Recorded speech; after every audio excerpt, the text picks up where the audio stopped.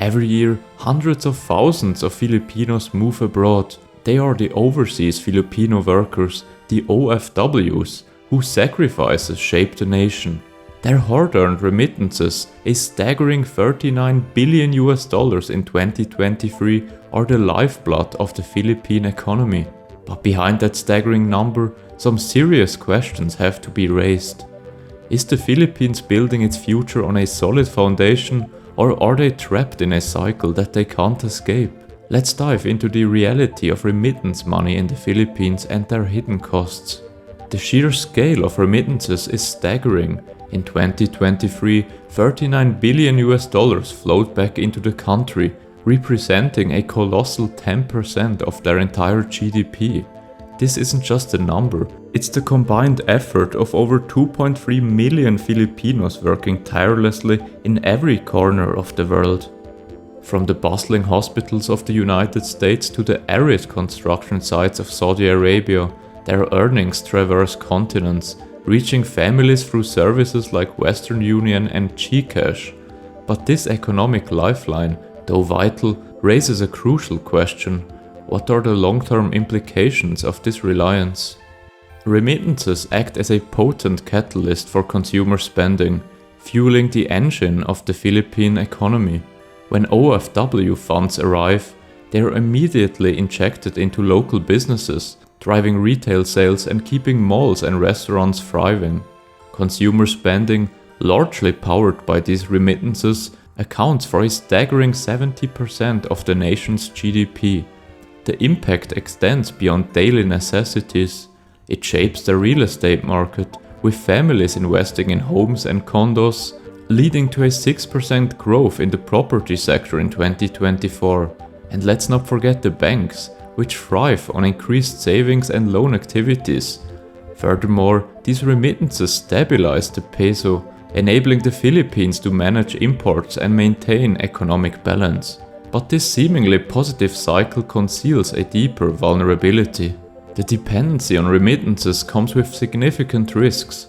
The brain drain is a stark reality, as the nation's most skilled professionals, nurses, engineers, teachers, seek better opportunities abroad, leaving critical gaps in their workforce. Their healthcare system, for instance, suffers from a severe shortage of personnel, even as they train thousands of foreign hospitals. Moreover, what happens if the global demand for OFWs falters? Economic downturns in key host countries or stricter immigration policies could severely disrupt their financial flow. The pandemic of 2020 served a chilling reminder, with remittances dipping and poverty rates surging. And then there's the social cost: fractured families, diminished communities, and a national economy that leans heavily on consumption rather than sustainable local industries. Also, the country has a lack of innovation. Since the consumption of goods is so high, the country does not produce as many goods, and therefore does not innovate as much. The Philippines, however, is beginning to recognize the need for change.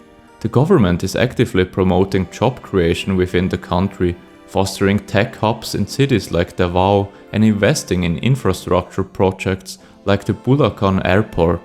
Programs like TESTA are equipping workers with skills for local industries, moving away from a sole reliance on overseas employment. However, true transformation requires a broader vision. They must invest in education, healthcare, and renewable energy to retain their talent and build a resilient economy. Imagine a Philippines where nurses are incentivized to stay, where startups compete on a global scale, and where growth is rooted in innovation and self-sufficiency.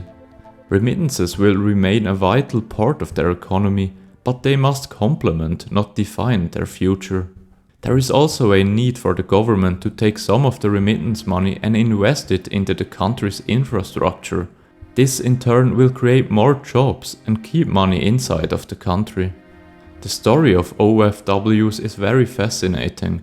Their contributions have undeniably fueled the Philippines economy, but it's important to build a future where their sacrifices are not one of the most important pillars of the Philippines economy.